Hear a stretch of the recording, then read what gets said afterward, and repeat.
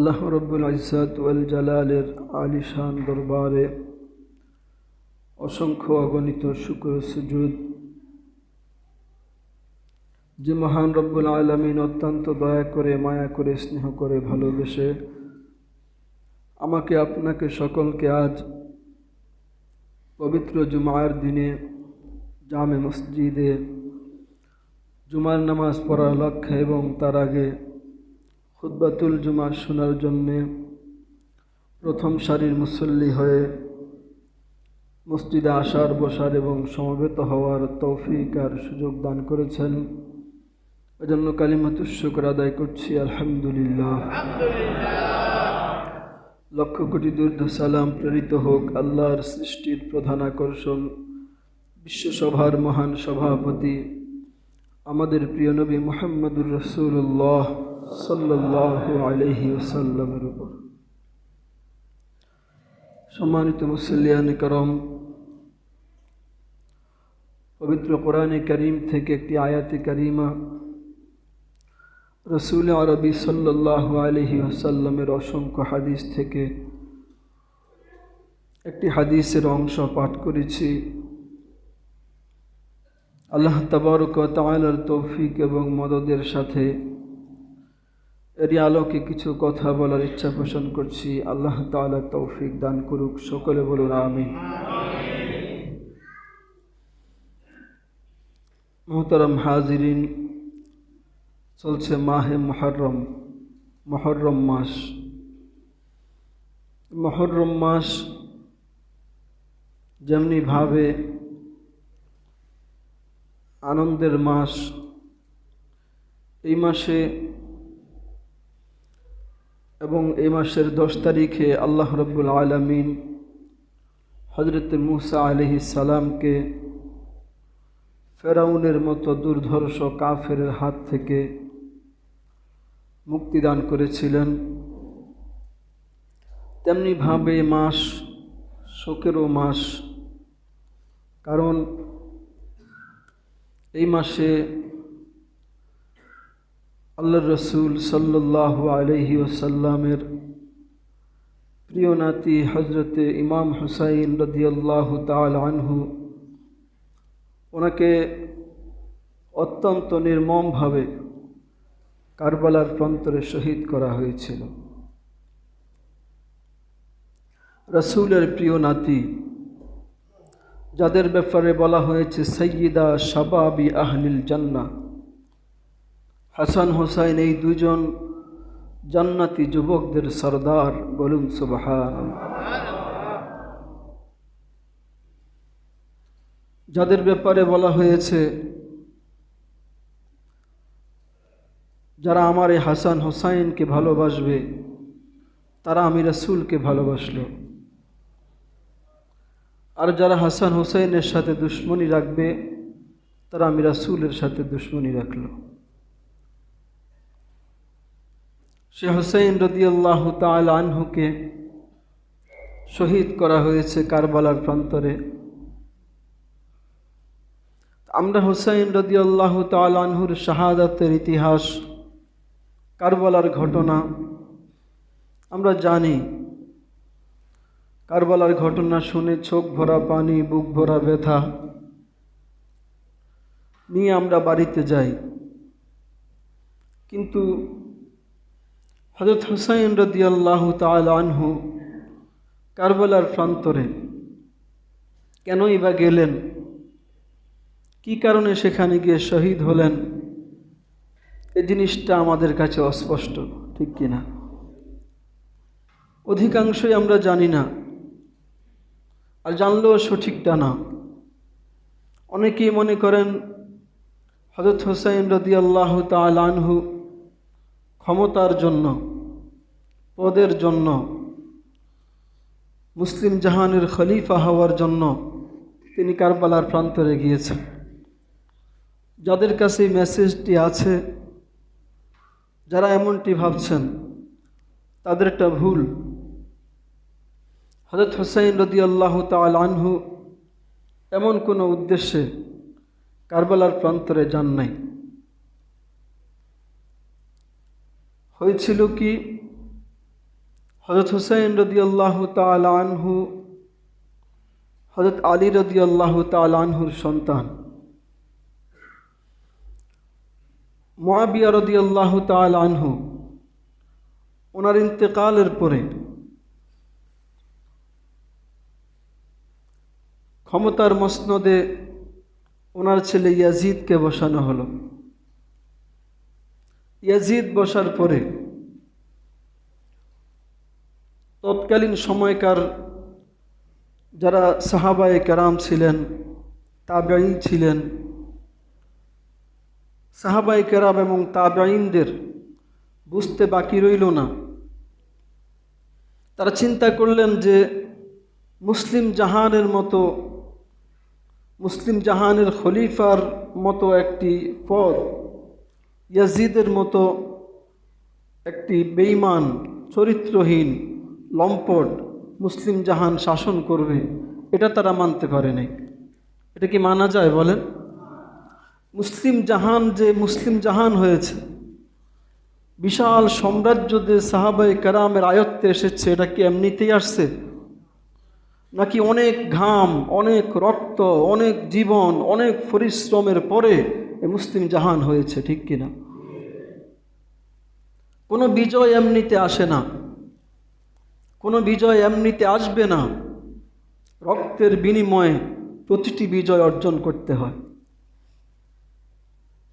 সাহাবায়ে কেরাম এমন রক্ত দিয়েছেন, সাহাবায়ে কেরামের রক্ত আর ঘামের উপরে প্রতিষ্ঠিত যে খেলাফত, আল্লাহর রাসূল সাল্লাল্লাহু আলাইহি ওয়াসাল্লাম জীবনের 23টি বছর সীমাহীন পরিশ্রম করে, নির্যাতন নিপীড়ন সহ্য করে রাসূল যেই খেলাফত প্রতিষ্ঠা করে গিয়েছেন, সাহাবায়ে কেরামের খোলাফায়ে রাশেদিনের 30 বছরের জীবনে পরিশ্রম করে যেই খেলাফত সাম্রাজ্য তৈরি করে দিয়েছেন, সেই সাম্রাজ্যে আজকে একটি জালেম, একটি চরিত্রহীন, একটি লম্পট বসবে, এটা সাহাবায়ে কেরাম মানতে পারে নাই।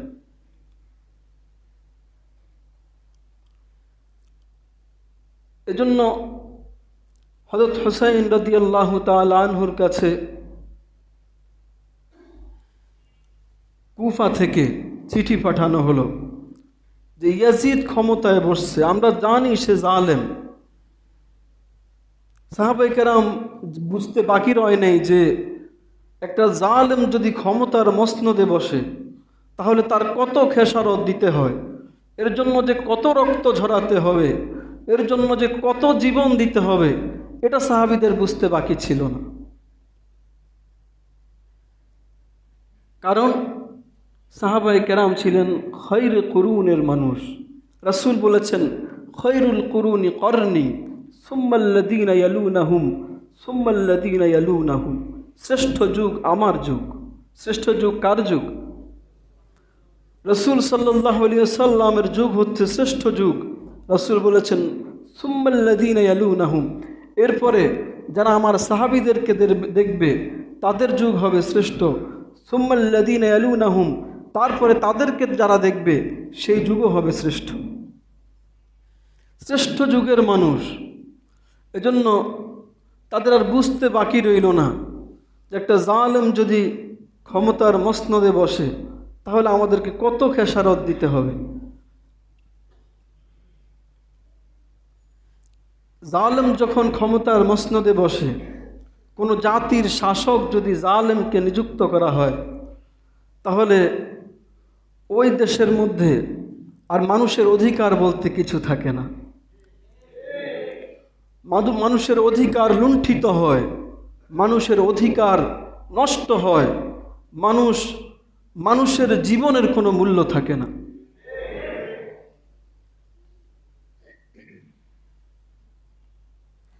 মানুষের অধিকার যেখানে নষ্ট হবে সেখানে সব দিক থেকে সমস্যা। পৃথিবীতে যত সমস্যা, যত নৈরাজ্য, যত হানাহানি, যত কাটাকাটি, যত মারামারি, সব কিছুর মূলে হচ্ছে কারো না কারো অধিকার নষ্ট হচ্ছে। একটি ফ্যামিলিতে যদি অশান্তি সৃষ্টি হয় স্বামী স্ত্রীর মধ্যে, বুঝতে হবে হয়তোবা স্বামী স্ত্রীর অধিকার নষ্ট করছে, অথবা স্ত্রী স্বামীর অধিকার নষ্ট করতেছে, ঠিক কিনা? একটি বাবা আর সন্তানের মধ্যে যদি কোনো সমস্যা হয়, বুঝতে হবে হয়তো বাবা তার সন্তানের অধিকার নষ্ট করেছে, অথবা সন্তান তার বাবার অধিকার নষ্ট করেছে। একটি রাষ্ট্রে যদি সমস্যা হয়, তাহলে বুঝতে হবে হয়তোবা শাসকের কোনো হক নষ্ট হয়েছে, অথবা শাসিতদের কোনো হক নষ্ট হয়েছে। এজন্য শাসিতদের যখন হক নষ্ট হয় বা শাসকের যখন হক নষ্ট হয়, যারই হক নষ্ট হবে সে হককে প্রতিষ্ঠা করার জন্য দাঙ্গা হাঙ্গামা শুরু হবে। পৃথিবীর আল্লাহ রসুল সাল্লাল্লাহু আলাইহি ওয়াসাল্লামের ছোট্ট একটি কথা, হযরত সালমান ফারসি রাদিয়াল্লাহু তাআলা আনহু, উনি যখন মদিনায়, আল্লাহ রসুল সাল্লাল্লাহু আলাইহি ওয়াসাল্লামের মদিনায় যখন সাহাবায়ে কেরাম হিজরত করে গেলেন, তো রাসূল সাল্লাল্লাহু আলাইহি ওয়াসাল্লাম সাহাবায়ে কেরামদেরকে ভাগ করে দিয়েছেন যে তুমি একে নিয়ে যাও, তুমি ওকে নিয়ে যাও, এভাবে করে ভাগ করে দিয়েছেন। যার কাছে যাকে দেওয়া হয়েছে সে তার ভাই হয়ে গেছে, বলুন সুবহানাল্লাহ। কোথা থেকে হিজরত করে এলো, কিন্তু আজকে ইসলামের বন্ধনে আবদ্ধ হওয়ার কারণে একজন আরেকজনকে ভাই হিসেবে গ্রহণ করে নিয়েছে। আরও কেমন ভাই, নিজের ব্যবসার অর্ধেক দিয়ে দিয়েছে যে তুমি এই দিক দিয়ে ব্যবসা করো, সুবহানাল্লাহ। দিবেন কেউ আজকে? নিজের ব্যবসার অর্ধেক দিয়ে দিছে যে এই অর্ধেকের ব্যবসা তুমি করো, আমি অর্ধেক করি।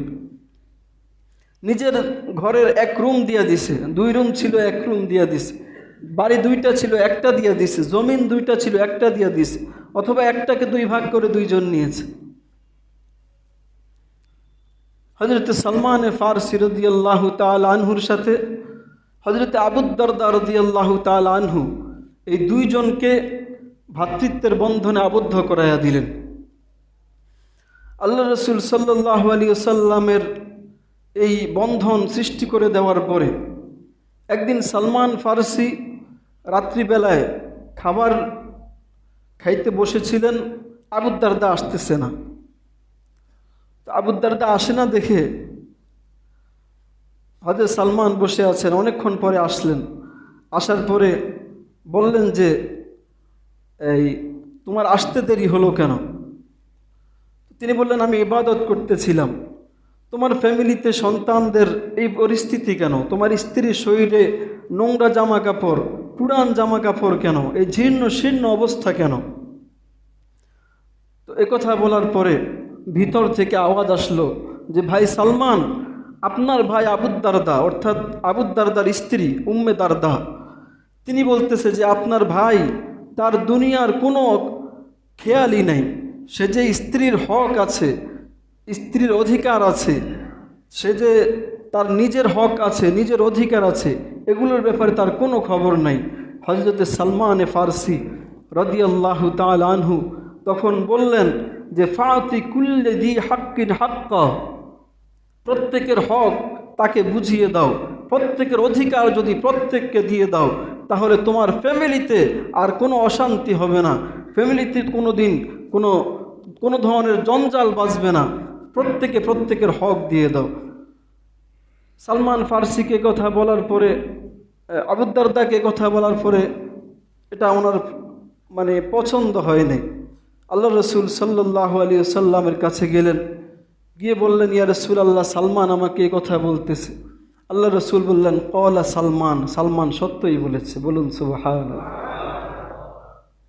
পৃথিবীতে যত নৈরাজ্য, এই অশান্ত পৃথিবীকে শান্ত করার জন্য রাসূলের এই ছোট্ট কথা ফাতি কুল্লাযী হাক্কিন হাক্কা, প্রত্যেকের হক দিয়ে দাও, যদি এই জিনিসটা যদি প্রতিষ্ঠা করা যেত, তাহলে কোনো ধরনের নৈরাজ্য, অশান্তি, হানাহানি, কাটাকাটি সব নির্মূল হয়ে যেত, গোটা পৃথিবীটা শান্তির নীড় হয়ে যেত।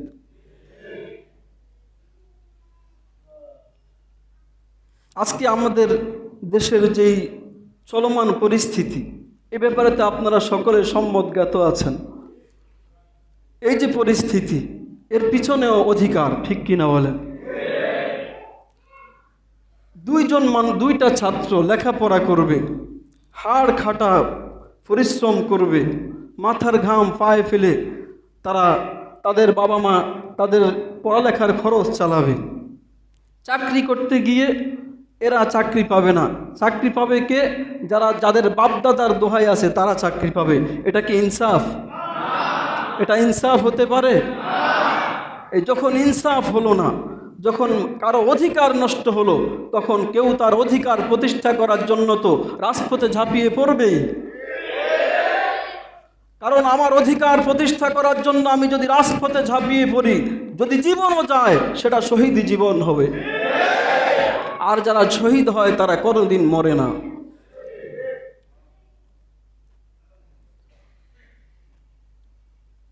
অধিকার যারা আদায় করতে জীবন দিয়েছে, যাদের জীবনগুলো নষ্ট হয়েছে, আমরা দোয়া করি আল্লাহ তাআলা তাদেরকে শাহাদাতের সুউচ্চ মাকাম নসিব করুন।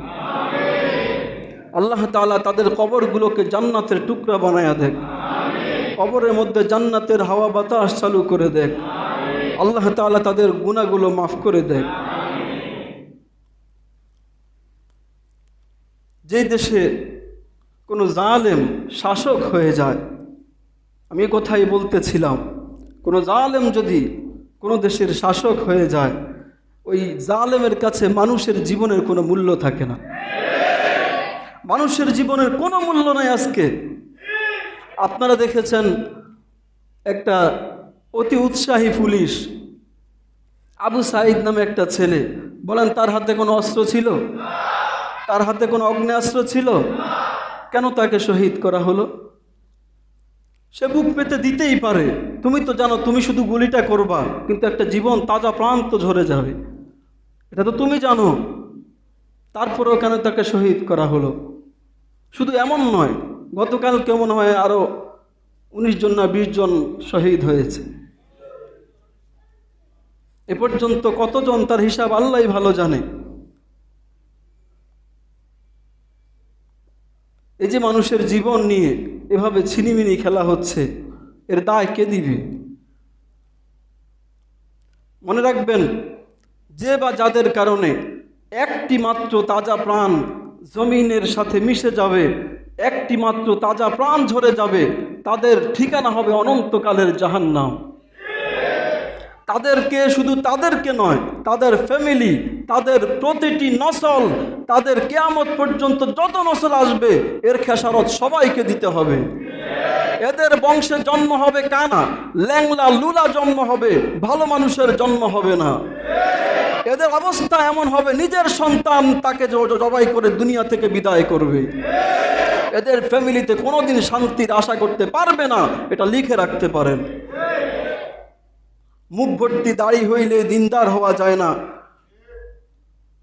আমি গত জুমায় বলেছি, আত্তাকওয়া হা হুনা, রাসূল বলেছেন তাকওয়া হচ্ছে এখানে, তাকওয়া এখানে। রাসূল 3 বার বলেছেন তাকওয়া হচ্ছে এখানে, তাকওয়া উপরে নয়। এই লোকটির দুনিয়াতে কোনোদিন শান্তি আসবে না।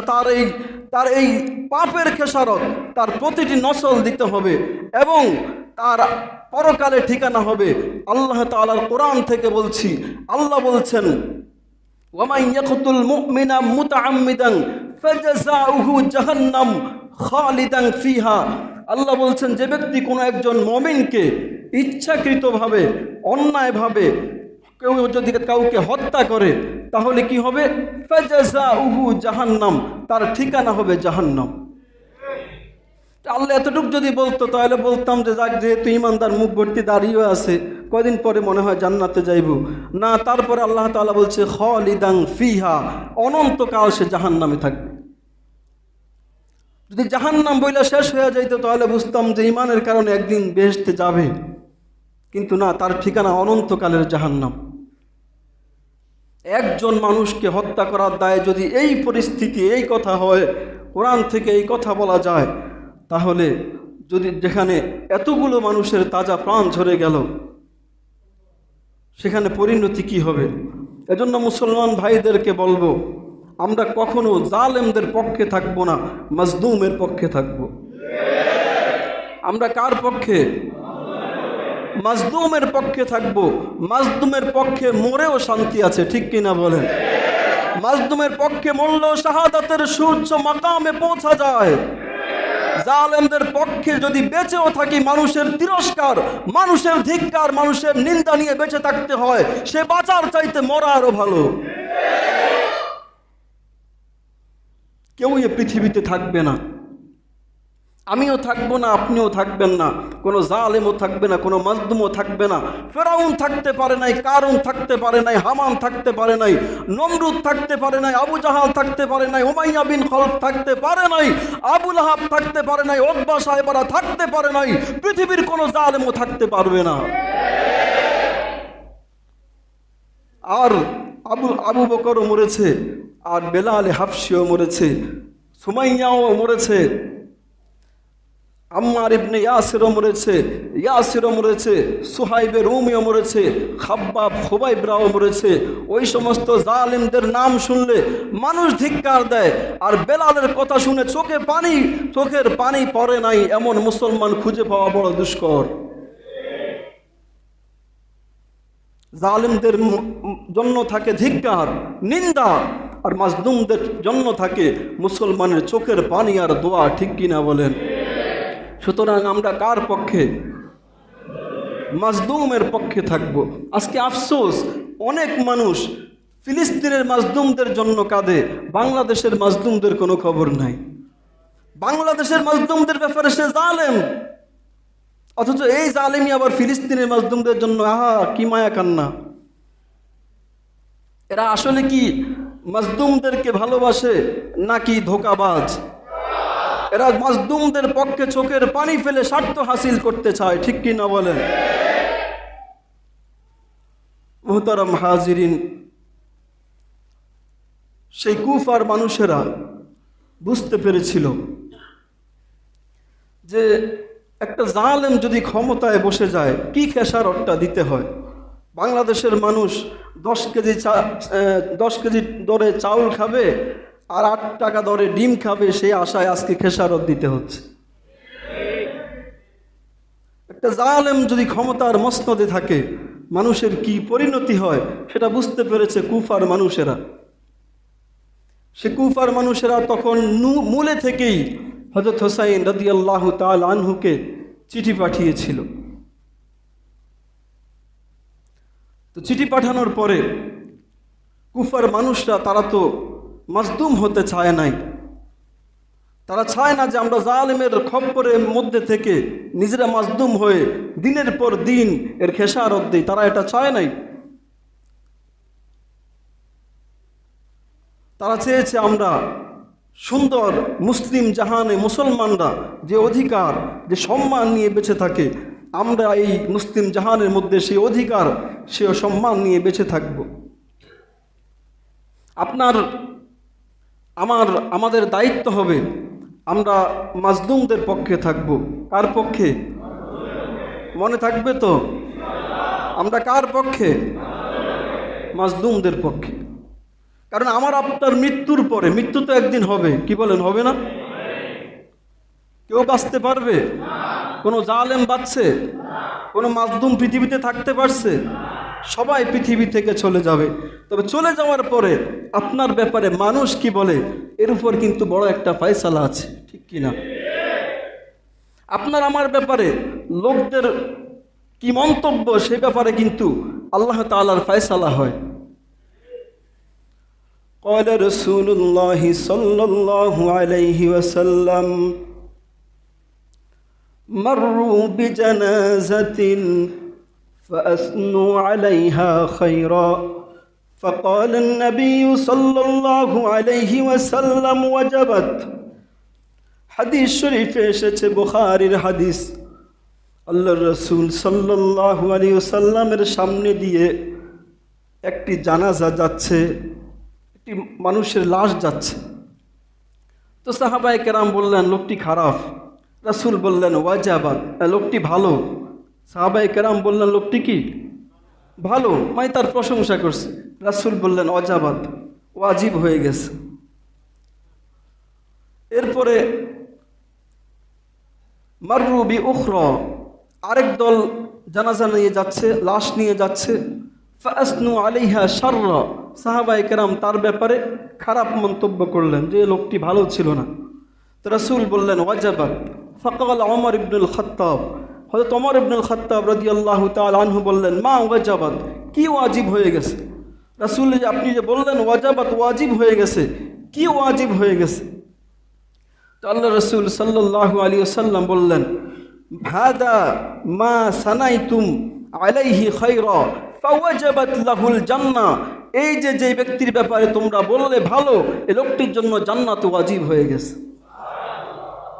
ওয়াহাদা মা আসনাইতুম আলাইহি শাররা, আর এই ব্যক্তি যার ব্যাপারে তোমরা খারাপ বলছো, ওয়াজাবাত লাহুন নার, তার জন্য জাহান্নাম ওয়াজিব হয়ে গেছে। এখন আমি আপনাকে আমাদেরকে সিদ্ধান্ত নিতে হবে যে আমার মৃত্যুর পরে মানুষ কি আলহামদুলিল্লাহ বলবে না ইন্নালিল্লাহ বলবে? যদি আলহামদুলিল্লাহ বলে তাহলে রাসূলের ভাষ্য অনুযায়ী ওয়াজাবাত, তার মানে ওয়াজাবাত লাহুন নার, তার জন্য জাহান্নাম ওয়াজিব হয়ে গেছে। আর আমার আপনার মৃত্যুর পরে যদি মানুষ বলে ইন্না লিল্লাহ ওয়াজাবাত লাহুল জান্নাহ, তার জন্য জান্নাত ওয়াজিব হয়ে গেছে। আর কেউ মরলে যে আপনাকে ইন্না লিল্লাহি বলতে হবে, বিষয়টা এতটা জরুরিও না। কারণ যাকে দিয়ে আপনি কষ্ট পাচ্ছেন, দেশ জাতি কষ্ট পাচ্ছে, ওই মানুষটা মরলে আপনার ইন্না লিল্লাহ বলতে হবে কোন কাজে? সে মরে তো মানুষ বাঁচছে, এখানে আপনাকে আলহামদুলিল্লাহ বলতে হবে। আর যার মৃত্যুর পরে না লোকটি ভালো ছিল, তাকে দিয়ে দেশ উপকার পেয়েছে, জাতি উপকার পেয়েছে, তার দ্বারা আমি অনেক উপকৃত হয়েছি, লোকটা চলে গেল, ইন্না লিল্লাহ বললেন, তো ইন্না লিল্লাহ বলার সাথে সাথে আল্লাহ তাআলা আপনার জন্য জান্নাতের ফয়সালা করে দিল। এজন্য আমরা কার পক্ষে? মাজলুমদের পক্ষে থাকবো ইনশাআল্লাহ। হযরত হুসাইন রাদিয়াল্লাহু তাআলা আনহুকে কুফা থেকে বারবার চিঠি পাঠাচ্ছে যে এই চিঠি পাওয়ার সাথে সাথে তুমি আমাদের কাছে আসো, আমরা ইয়াজিদের খেলাফত চাই না, ইয়াজিদকে ক্ষমতার মসনদে বসুক, এটা আমাদের জন্য কল্যাণকর হবে না, আমরা এটা চাই না, তুমি আসো, আমরা তোমার হাতে বাইয়াত গ্রহণ করে তোমাকেই ক্ষমতার মসনদে বসাবো। হযরত হুসাইন রাদিয়াল্লাহু তাআলা আনহুর কাছে চিঠি আসার পরে হুসাইন রাদিয়াল্লাহু তাআলা আনহু মুরব্বীদের সাথে পরামর্শ করলেন। তখনও সাহাবায়ে কেরাম অনেক মুরব্বীরা আছে, রাসূল নাই, কিন্তু সাহাবায়ে কেরামদের অনেক মুরব্বীরা আছেন। মুরব্বীদের চিন্তা ভাবনা একটু ভিন্ন হয়, ওনাদের চিন্তা ভাবনার মধ্যে গভীরতা থাকে। দেখবেন চুপ করে বসে থাকে, কিন্তু তার কাছ থেকে একটা পরামর্শ নেবেন, ওইটার মতো চললে আপনার জীবন সুন্দর হবে, আপনার কাজটা কামিয়াব হবে। ওনাদের চিন্তার মধ্যে গভীরতা থাকে। ফোলাফাইনের চিন্তা আর যুবকদের চিন্তার মধ্যে অনেক, আর মুরব্বীদের চিন্তার মধ্যে অনেক ব্যবধান আছে। মুরব্বী সাহাবায়ে কেরামদের সাথে পরামর্শ করলেন।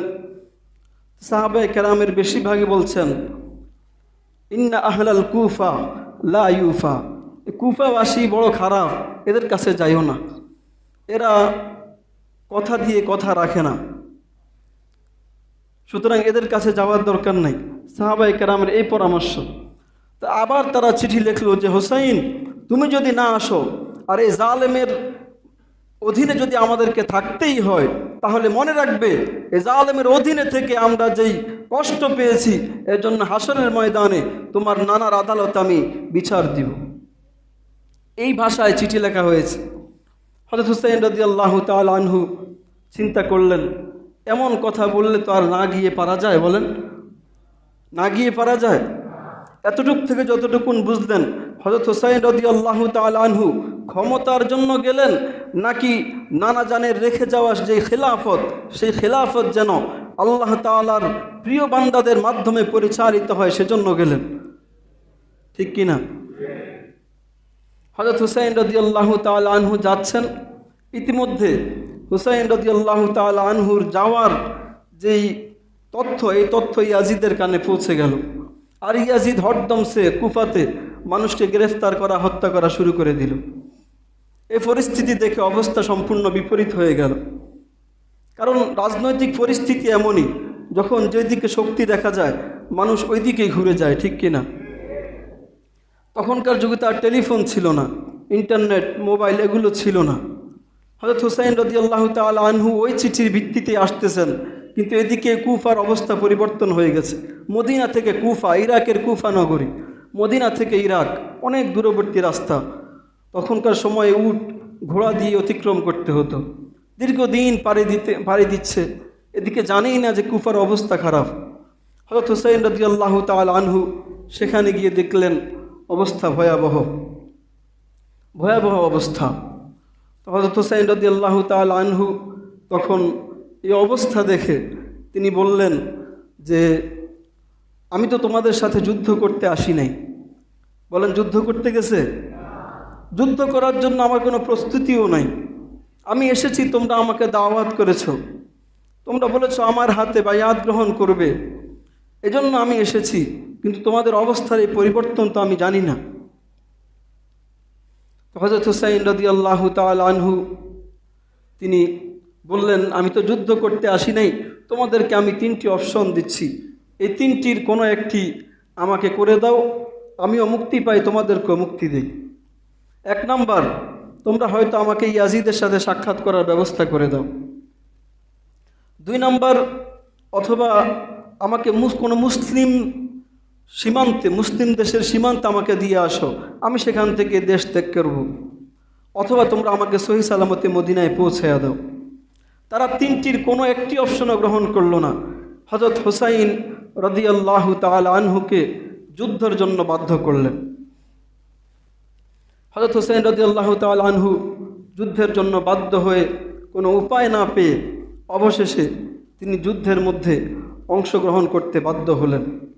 এক পর্যায়ে হযরত হুসাইন রাদিয়াল্লাহু তাআলা আনহু যুদ্ধ করতে করতে শাহাদাতের সুধা পান করলেন। তা আমাদের এই সংক্ষিপ্ত কথার মাধ্যমে আমরা হয়তো বা বুঝতে পেরেছি যে হযরত হুসাইন রাদিয়াল্লাহু তাআলা আনহু কেনই বা কুফায় গেলেন, কেনই বা কারবালায় গেলেন, আর কেনই বা শাহাদাত বরণ করলেন। বলেন, ওনার যাওয়ার মধ্যে দুনিয়াবি কোনো স্বার্থ ছিল? ক্ষমতার মোহ ছিল? পদের লোভ ছিল? অর্থের লোভ ছিল? বরঞ্চ ছিল নানা জানে রেখে যাওয়া খেলাফত এবং আল্লাহর রাসূল সাল্লাল্লাহু আলাইহি ওয়াসাল্লামের সাহাবায়ে কেরাম খোলাফায়ে রাশেদিন তাদের রক্ত আর ঘামের উপর প্রতিষ্ঠিত এই খেলাফত যেন কোনো জালেমের হাতে চলে না যায়। সে জালেম শাসকের হাত থেকে দেশ জাতিকে, মুসলিম জাহানকে রক্ষা করার জন্য, মুক্তি দেওয়ার জন্য হযরত হুসাইন রাদিয়াল্লাহু তাআলা আনহু কারবালার প্রান্তরে শাহাদাত বরণ করেছেন। তো এই হুসাইন রাদিয়াল্লাহু তাআলা আনহুর এই শাহাদাত থেকে আমাদের জন্য রয়েছে শিক্ষা। যে শিক্ষাগুলো রয়েছে সেই শিক্ষাগুলো আমরা হাসিল করব, শিক্ষাগুলো বুকে লালন করব এবং আমরা হযরত হুসাইন রাদিয়াল্লাহু তাআলা আনহুর যারা ভালোবাসি, তাকে যারা, অর্থাৎ যারা ইমানদার বলতেই তো হুসাইনকে ভালোবাসে, ঠিক কিনা?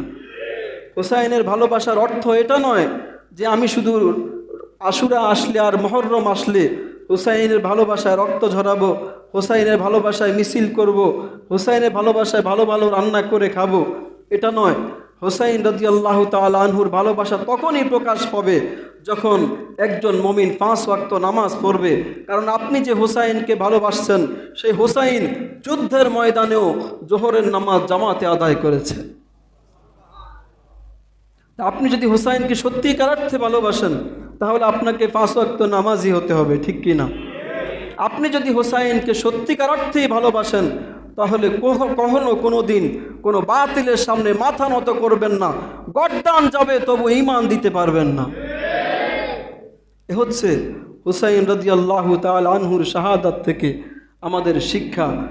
আল্লাহ তাআলা আমাদের সকলকে এই শিক্ষাকে লালন করার, ধারণ করার তৌফিক দান করুক। আমিন। ওয়া আখিরু দাওয়ানা আলহামদুলিল্লাহি রাব্বিল আলামিন। যারা সুন্নত পড়ি নাই 4 রাকাত